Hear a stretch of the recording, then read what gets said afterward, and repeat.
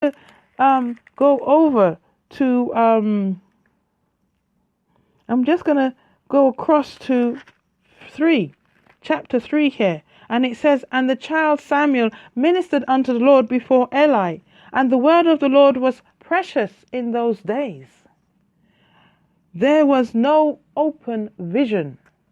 No open vision. And that's why I said that there was good and bad, good and evil that was taking place in the beginning of the story of Elkanah and his two wives, Peninnah and Hannah.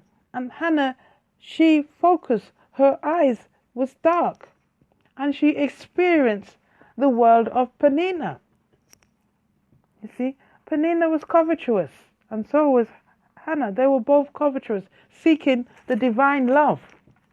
But they were far from the divine love when their eyes were, the light of their body, the light of their eye was in darkness. Because, as I said, if therefore the light that is in thee be darkness, how great is that darkness? How great in not knowing the Lord, in not knowing his goodness and not knowing his heaven. And now we experience we are deprived. Deprivation is the word I want to say. And that's what's happened this weekend. The people were deprived of knowing the truth of the Lord, not the everlasting life. They were deprived. There was a shootout. People's lives were snapped away suddenly. And it brought shock and horror and even fear, which is against the Lord. It rocked the emotions of the people. It definitely rocked mine, particularly in Manchester. I couldn't even address that situation on my prophetic blogs, on the prophetic. It's not mine. It's the Lord who causes me to write there. He says, "I want you to write on Facebook." Okay. So, and it's his word that flows through this vessel here, this living vessel. So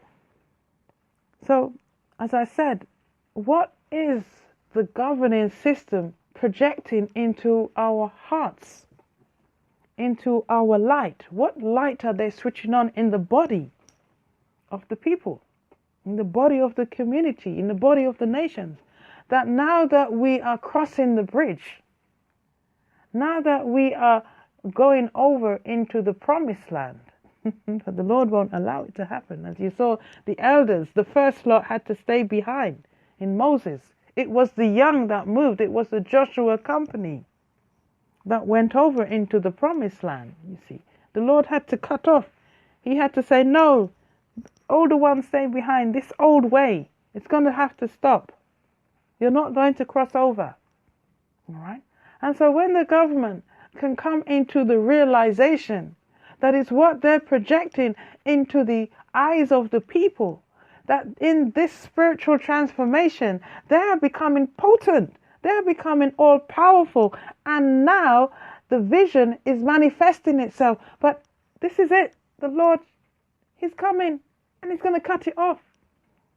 And where are we going to be? You see? Because I don't think he's going to be pleased. He's slow to anger, but he does get angry. So folks, this is my message to you. Okay? And that is, the eye is the light of the body. Yeah? The light of the body is the eye. If therefore thine eye be single, the whole body should be full of light. Yeah? The vision that we have in ourselves. But if thine eye be evil, the whole body shall be full of darkness. If therefore the light that is in thee be darkness, how great is thy darkness? So people talk about choice, and I really want to clear this up right now. The Lord spoke to me several years back, and he said, "Do not minister under people who use the word choice. That means that they are disloyal to me because there is no choice."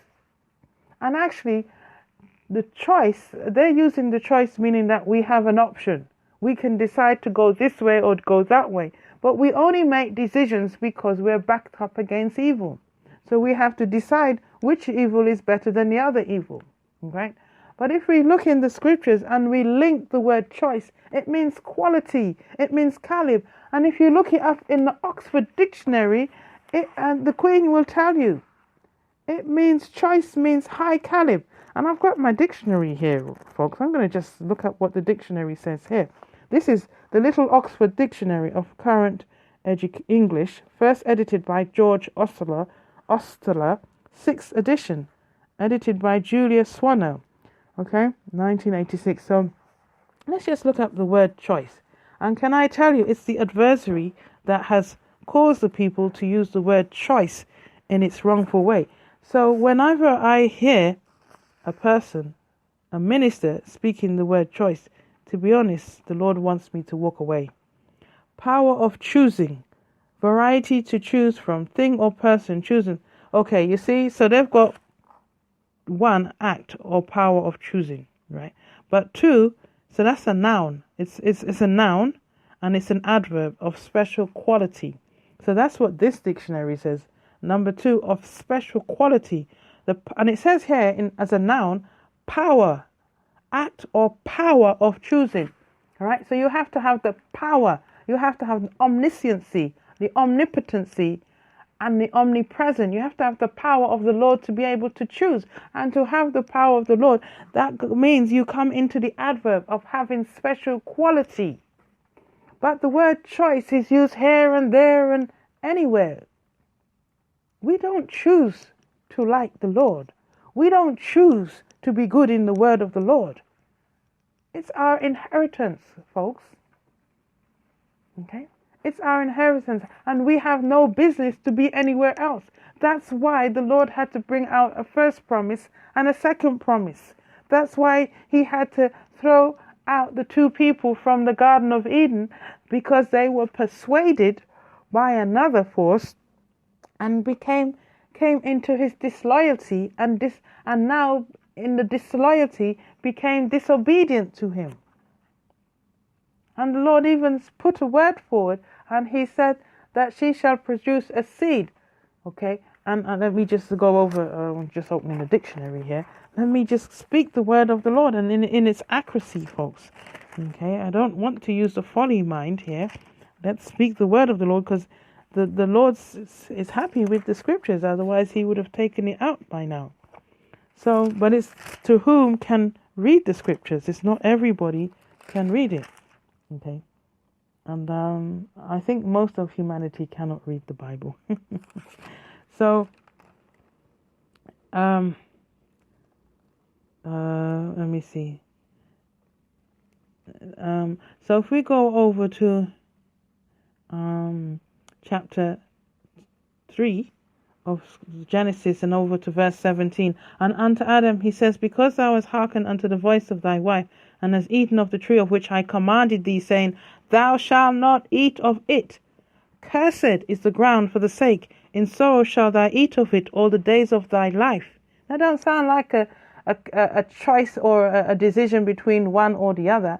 That sounds like punishment. Thorns also and thistles shall it bring forth to thee, and thou shalt eat the herb of the field. In the sweat of thy face shalt thou eat bread till thou return unto the ground, for out of it was thou taken, for dust thou art, and unto dust shall thou return. Okay? And then it goes on, okay, but I'm trying to find the verse where the Lord says, in verse 15, I usually know this actually, verse 15, chapter 3, and I will put enmity between thee and the woman, and between thy seed and her seed, and it shall bruise thy head, and thou shalt bruise his heel. And the word of the Lord 2 weeks ago is that the Lord shall give power to the serpent. So we need to know what choice we're in. If we're in the choice between being in the obedience of the Lord, then know that we have the power of the Lord in us. And having the power of the Lord means that we are in the caliber, we are in the quality, we are choice. And if you link up the word choice in the scriptures, you will see it's linked to high caliber, the cedars of Lebanon, the cedar trees of Lebanon, the best trees of Lebanon. Choice. You see, and it's not a common word in the scriptures, but it's there, and it links very well to its noun and its adverb. Okay? So take care and just know that it's the enemy at work. But you know, folks, let me tell it to you in another way. The Lord has allowed me to see into people when they speak. He gives me that discernment. And usually I find when people, and a lot of people do it, when they speak in choice and they say, you know, you can choose and you have the choice, what I've realized is that they have a deep grief within themselves and they're blocking the Spirit of the Lord from flowing. Yeah. And they speak, and then they speak in choice. So they tend to need some form of counseling. And if you listen over a course of time, you will hear that grief come to head. They will express some form of grief that they've experienced in their lifetime. And can I tell you, folks, it's the rare ones that can speak and preach and do not use the word choice. And when I hear that, I stay with them. I know there's one, he's a tele-evangelist, and that's Mr. Winston, Dr. Bill Winston. I listen to him often, and he rarely uses the word choice. He wasn't using it until his wife used it, and then he kind of was appeasing the wife. But in the earlier days, when he was first ministering, he very rarely used the word choice. And well, he didn't, and I was stuck on him. I was listening to him and praying and all sorts until he is as he is today. And he does sneak in the word choice. But I know that in his early days, he spoke without the word choice. And you know, the reason why I'm saying this to you folks is that there is a spiritual protection upon the Lord's people when they speak in earnest of him. And when you find the odd preacher who speaks and never uses the word choice, and that can happen, you find that under their ministry you do grow and you do very well. And I've had that experience. There was, besides Mr. Winston, there was also another preacher that I was under for a while because the Lord was calling me and I didn't know that I was being called, and things just wasn't tying together in my career life. So in prayers, the Lord linked me up with this preacher, and I went under him I went to his Friday evening meetings for a while, and I found whilst I was under him, I did extremely well. I did well in my career, in money, in just getting to know more on the Lord. You see, I did very well under him. But I pulled out from him a bit too soon. I wish I had stayed on because I linked up with a prophetic school. I got a bit above myself now. But I did do well. And what I find is that there is a real heavenly protection. It's like putting on the coat. You see, Hannah, she made a coat for Samuel when she had her son Samuel and she presented him to Eli. She made a coat. And I'm going to now say that's a spiritual aura, a spiritual protection, because there was evil in those days. There was no vision, no open vision.